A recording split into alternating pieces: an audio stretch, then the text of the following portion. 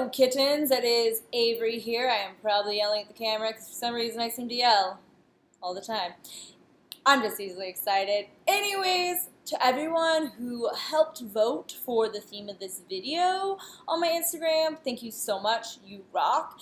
So, with that said, 10 facts about me is what? One, for this theme. And although I want to let you know that next week I will still be sharing the shifting mindset themed video about how to shift your negative self-talk into fuel and energy for whatever it is that you're beating yourself up over. Anyways, moving forward, I'm honored that you guys are interested in getting to know me more. That's super exciting. So moving past being an image on social media to a real person is a huge reason why I wanted to start this YouTube, as well as provide value and help you guys in your life. So, with that said, I've noticed everyone, when we meet people, we typically judge them based on how they show up in that chapter of their life, who they are, what they're doing with their life. A lot of times we don't get a bunch of that backstory of where they came from and what made them into the person they are. Because each of us has that backstory, and that backstory is exactly what makes us who we are. That's what I will be kind of sharing with you guys. I shared one fact on my Instagram story already about me from high school. So I will be sharing 10 more. We'll just talk about me. Anyways, so one fact about me, I don't know how my progression. I need to work on progression in my storytelling. That would be the next thing I work on. One fact about me is that I have had Crohn's disease most of my life. And that is an autoimmunity intestinal disorder. I'm like, what are these words? And yeah, so I was very sick through especially middle school and high school. I did not go to normal high school. I was on something called home and hospital, and that's where basically they don't let you get out of school even if you're in the hospital. They just send the teacher to the hospital with all your tests. Doesn't matter what's going on. They're like, hey, here's high school while you're dying. That's cool. Yeah, so that's something about me. I have had that most of my life. That's why if you see my stories or the things I eat very clean and healthy for the most part. I work out a lot, and I really try and take care of my health. Fun facts. I actually would love to share more about some of the cleanses and detoxes and eating habits, stuff like that, if you guys are interested in any of that at some point. Maybe I have people out there who have similar issues or troubles or challenges in their life, and I love to help with that. Yeah. So, around 16, 17, with how sick I was, my thyroid actually dropped out. I was what's called medically induced anorexic, which means it wasn't that I wasn't eating. It was that I was so sick that everything I ate my body wouldn't absorb it or take it down. I actually was throwing up most of the things I ate, and that was just because I was so sick at the time. So my thyroid dropped out, and by the time I was 18, I was actually the heaviest weight I've ever been. I am about 5'2", and I average now as a healthy weight 120, 125, and at 18, I was almost 200 pounds. So if you could just imagine, it's like a whole other person for me. On me, with me, because I'm pretty short. I also got married super young to the guy I dated through high school at a week after I turned 18, actually. It was a super abusive, toxic relationship, but I don't advise marrying someone you've never been alone with. I have a very religious family. I'd never been alone with him, and then we just got married. He was a year older than me. Anyways, I actually began college midway through that marriage, and college, I'd say, is really what helped me get out of it, because I was like, whoa, all these people that are strangers treat me better than my husband. That's weird. So college was awesome. I actually was on the honor roll, and I participated in student senate and political protests at the state capitol in California, where I'm from. And it was amazing. However, I've always been kind of like a gypsy after I left my ex-husband. I was with him about 3 years. I left him around 20, almost 21, and I became like this gypsy. So I'd go to school, and then all of a sudden I'd be like traveling everywhere. So obviously not in school.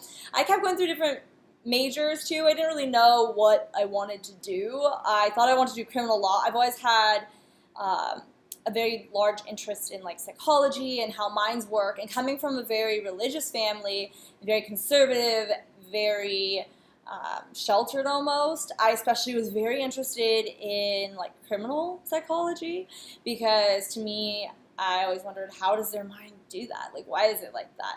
I was always interested in the whole nature versus nurture debate about mindset. So criminal law was not for me. I don't like that many numbers in my reading material.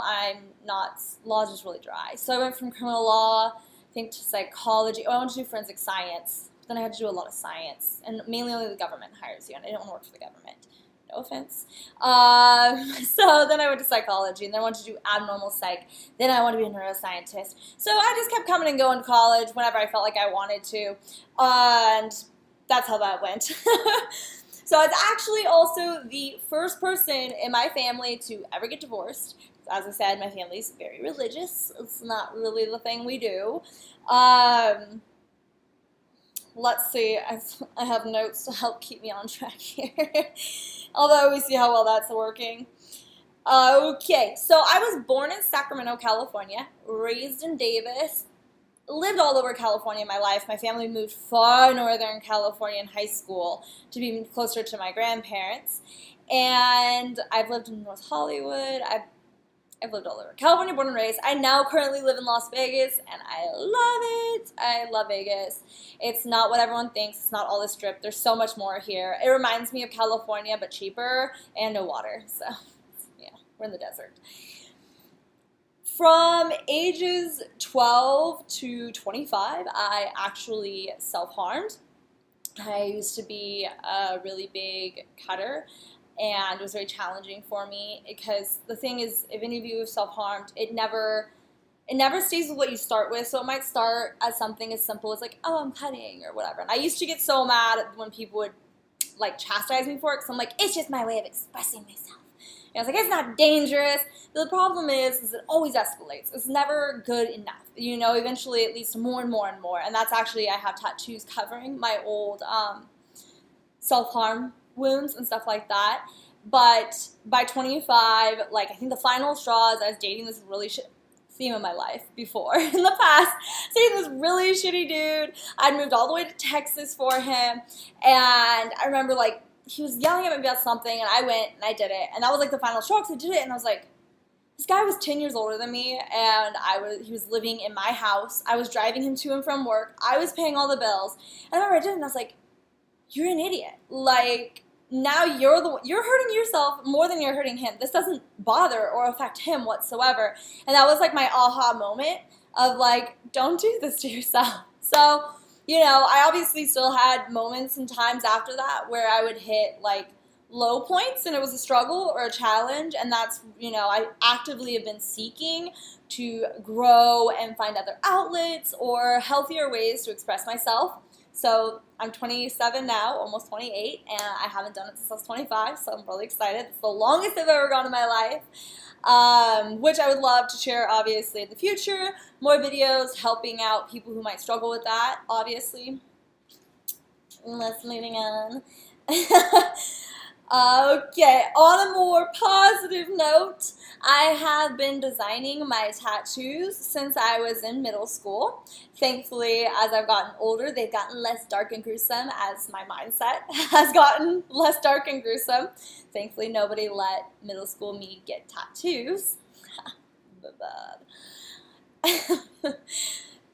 I love animals. That's another thing. I have a cat, personally. Her name's Tiger Lily. She's a little tortie cat. She's super cuddly. I used to live on a farm before moving to Vegas, and previous to that, I actually used to volunteer on a ranch where I helped foster and handicapped kids ride horses for therapy. So I love all animals. They're amazing. They're the best. I love people, too. Very social. Let's see, where are we on the list? Okay, I talked about that. I don't even know what number I'm on, you guys. This is my mom's. Okay. Here we go. This is where I'm at. So I have done many jobs in my pursuit of finding my passion, or, you know, my mission in life. And I can very excitedly, happily say that at this point in my life, I have found my mission. I believe my mission is to help lead and teach others to find that connection within themselves and their passion and just become the best version of themselves, basically.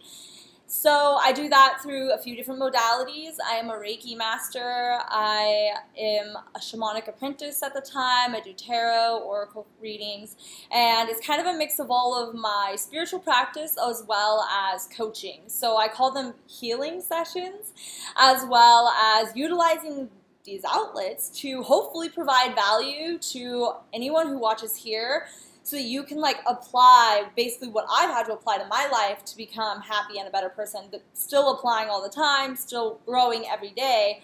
But hopefully you guys can utilize it and you'll find value in it as well. I feel like I was going to say, oh, and touching on the unhealthy relationships, I can thankfully say that as I've grown into a more whole, healthy human being, I actually now am so blessed to be dating my best friend, and I couldn't ask for a better partner in my life.